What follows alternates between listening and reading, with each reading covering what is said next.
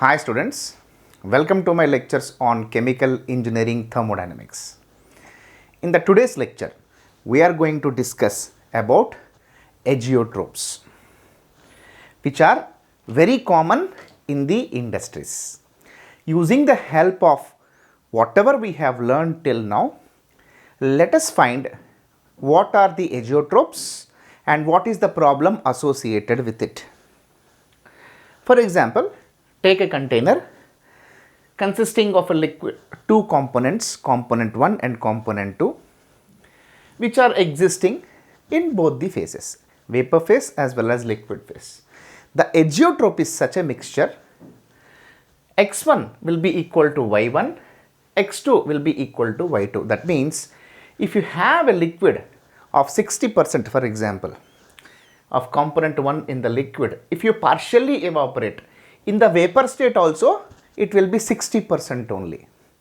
So in the liquid it will be 60%, if you partially evaporate it will be again 60%, both are same. If both are same, there is no separation possible. So azeotrope are the mixtures where vapor composition will be equal to the liquid composition. That means Y1 equal to X1, Y2 equal to X2.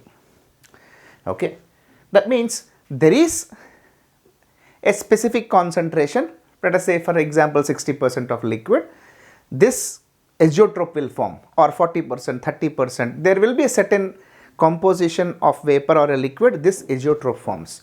Whenever this azeotrope forms, the separation is not possible using the distillations or evaporations. So how we can able to identify and what are the reasons associated with it? Azeotropes are also known as constant boiling mixtures. As if you refer to my earlier classes, the dew point and bubble point are different. Okay, if dew point forms at certain temperature, bubble point forms at another temperature. Both have separate temperatures, but for case of azeotropes, the dew point temperature will be equal to bubble point temperature, the dew point pressure will be equal to the bubble point pressure. That means if you see the bubble point is equal to dew point, that means because of the azeotropes both are same. If both are same, separation is not possible. Okay, why this happens? That means if composition 1 and 2, if you partially evaporate, both will go to the vapor at an equal composition. If you have vapor of 1 and 2, if you try to condense it, both will condense at the same time. That means there is no possibility of the separation. This happens because of non-idealities. The non-ideality could be many, because of the sizes between the two molecules, because of shapes, because of energy interaction between the two molecules, which is responsible for the non-ideality of the two molecules. If both molecules behave, if the separately, if 1 and 2 are separate, both are very good. If we combine 1 and 2 at the same time, same location, then the component 1 will influence component 2, component 2 will influence component 1. Because of this influences, it could be size influence, it could be energy influence between these two molecules, which leads to the non-idealities.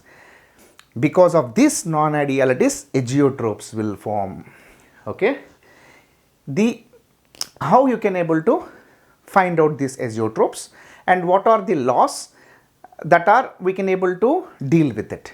Example, if you remember, the Raoults law is applicable for gases and liquids which behave ideally.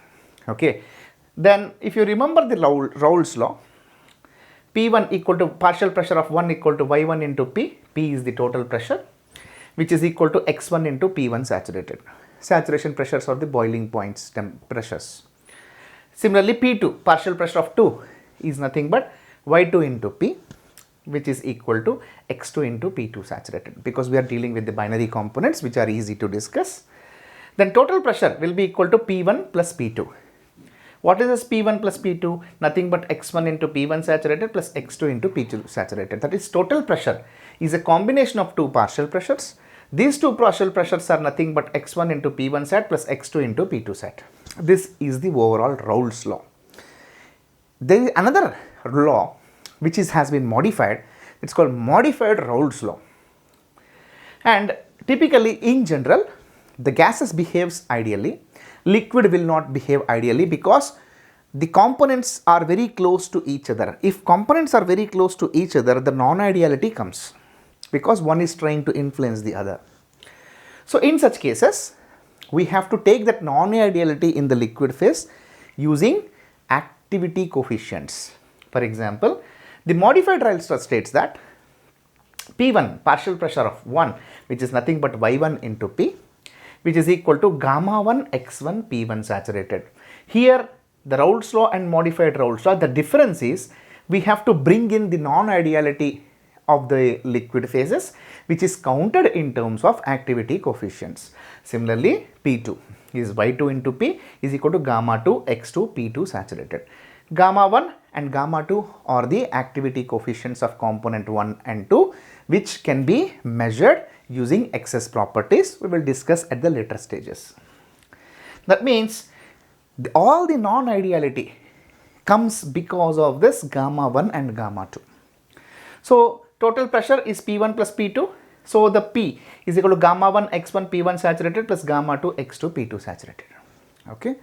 And this is the difference between Raoults law and modified Raoults law. So based on Raoults law and modified Raoults law, we can define the relative volatility, which we have discussed few lectures back. And still, the relative volatility is defined by the term alpha 1, 2. 1, 2 means component 1 and component 2. The relative volatility, that means volatility between the component 1 and component 2 is defined by the term alpha 1, 2, which is nothing but y1 by x1 by y2 by x2. y1 by x1, that means composition 1, the difference vapor and liquid composition of component 1 divided by vapor and liquid composition of component 2. So it is y1 by x1 by y1 y2 by x2.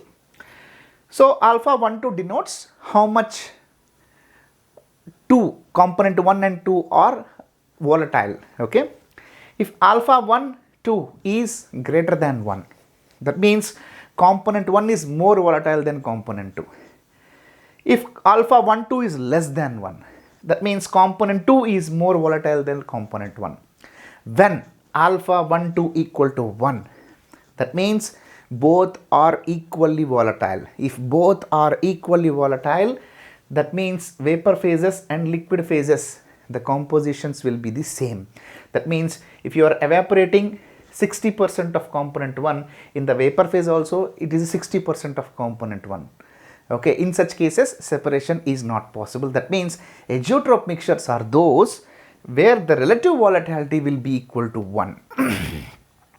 Greater than 1, separation is possible.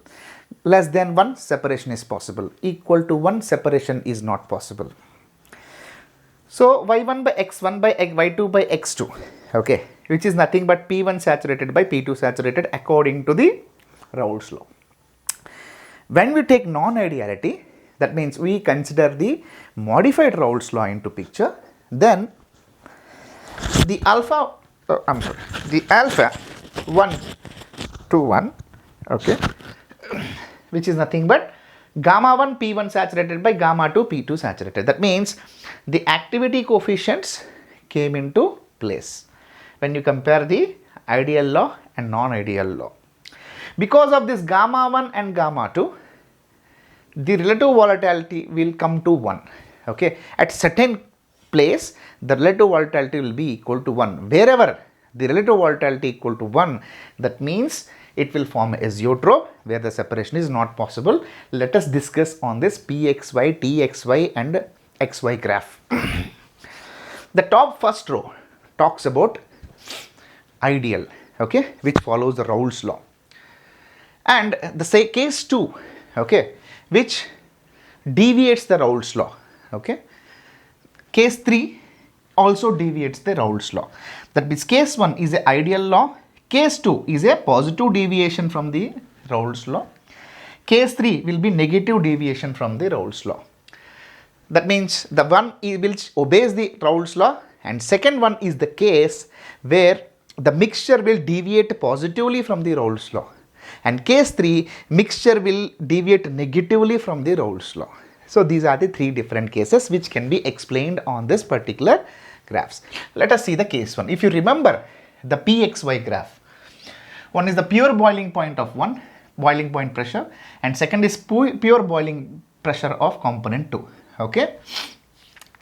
On the higher pressure side it will be liquid, on the lower pressure side it will be the vapor. In between the blue and red, that is liquid plus vapor. Similarly, the same PXY and TXY graph. Higher temperatures it will be vapor, lower temperatures will be equal liquid. In between the red curve and blue curve, where vapor and liquid both can coexist. And if you draw the tie lines, okay, every tie line will be X composition. On the Y, it is Y composition. On the blue line, you get a X composition. On red line, you will get a Y composition. Like that, if you draw number of tie lines, every tie line will generate X and Y point. If you plot this X and Y point on this YX graph, you get a blue curve. Okay, this is the Y on the Y axis, Y1 on the Y axis, X1 on the X axis. Okay, and this is the diagonal line which will be used for comparison. Okay, so this is how the row, that means this is how the ideally vapor liquid should behave. What happens for the case 2? Because of the non-ideality, either liquid will deviate positive from the Raoults law or negative from the Raoults law. And what if mixture will behave positive from the Raoults law? You can see this existing curve will shift towards the upper side. This is the ideal curve. If mixture is behaving positively, then the entire curve will try to shift towards the upper side. Okay, and there is a certain pressure, okay, where you can see the red curve and blue curve is meeting. Okay, wherever this red curve and blue curve are meeting, this is exactly x1 equal to y1. You can see on blue curve you get a x1, on the red curve you get a y1. See, blue and red curve are meeting at the same point. Okay, that means x1 will be equal to y1, which is around 0.8, for example. That means if you have a mixture of 80% of x1, if you try to partially evaporate, the y1 will be again equal to 80%. If both are same, there is no separation that is happening, which happens at this particular pressure. What is that pressure? This is P azeotropic pressure. This is called azeotropic pressure. And if Pxy of this is called, that means the mixtures which deviate positively from the Raoults law, the azeotrope will form on the upper side. That means high pressure side. And the same is the Txy graph.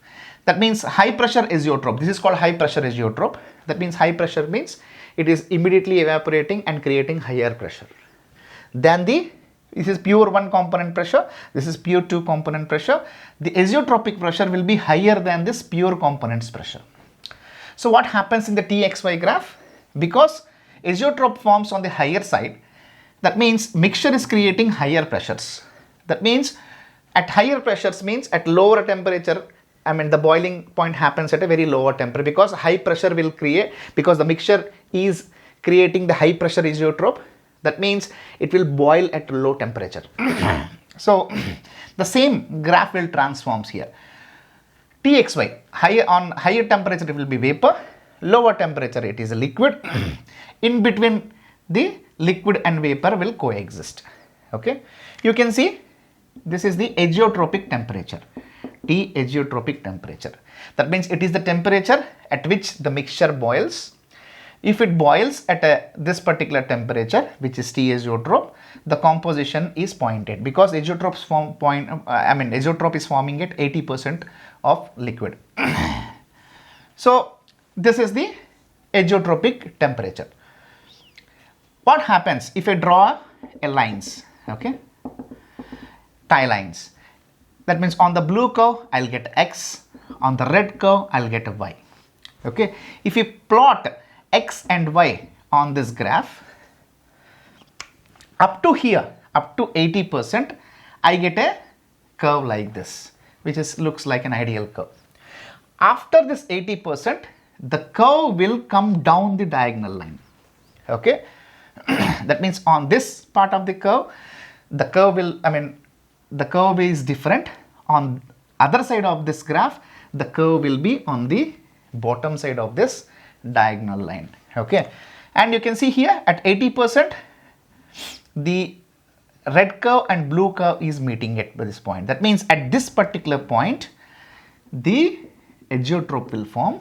That means x1 is 80%, y1 is also 80%. Okay, this is how we can interpret the pxy, txy and xy graph and how to identify. So on case 2, it is called high pressure azeotrope. That means the mixture which deviates positively from the Raoults law, it is called high pressure azeotrope will form. High pressure azeotrope, in the other sense, it's a low boiling azeotrope. So case 3, okay. Case 3 is called negative deviation from the Raoults law. The negative, if the mixture is negatively deviating from the Raoults law, the ideal curve will shift to the downside.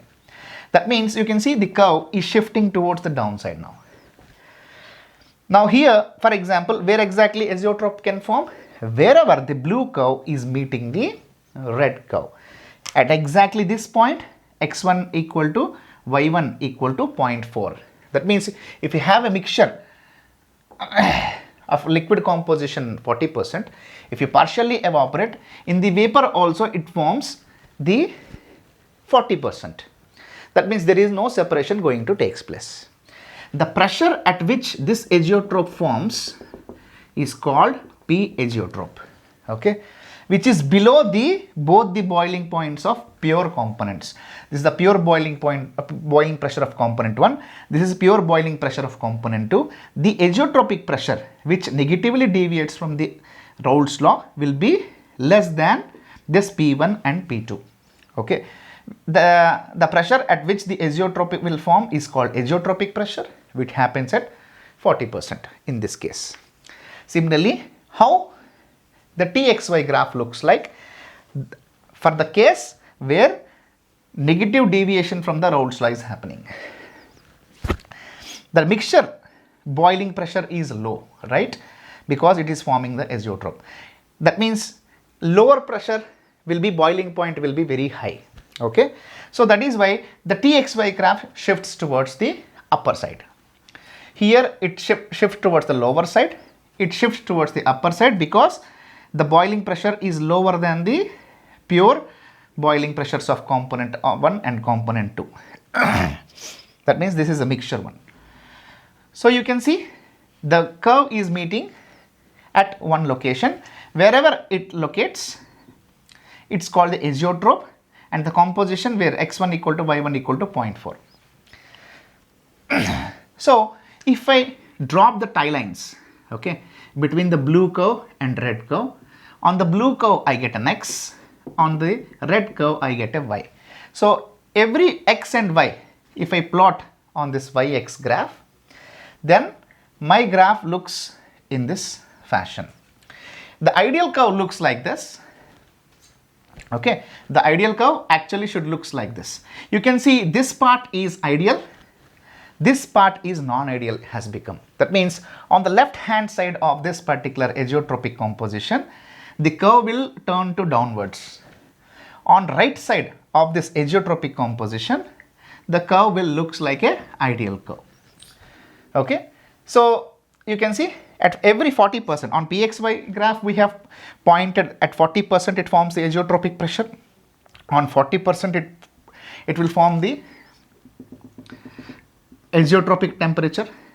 Okay, that means on the left hand side the curve, the blue curve will be below this diagonal line. On the right hand side the blue curve will be above this particular diagonal line. Okay, these are the different cases. Case 1 is the ideal case. Case 2, which deviates positively from the Raoults law, that curve shifts towards the upper side. And case 3, negative deviation from the Raoults law, that means the pressure curve will shift to the downside. All this is happening because of these terms gamma 1 and gamma 2. So this is how the things looks like. So based on this introduction, now how to find azeotropic composition. Okay, in the next class I am going to show you, based on this particular graph, how we can able to find out the azeotropic composition based on this relative volatility information. That means if you know the relative volatility information, you can able to find out at what point the azeotrope will form. Okay, thank you. Let us meet with the new lecture.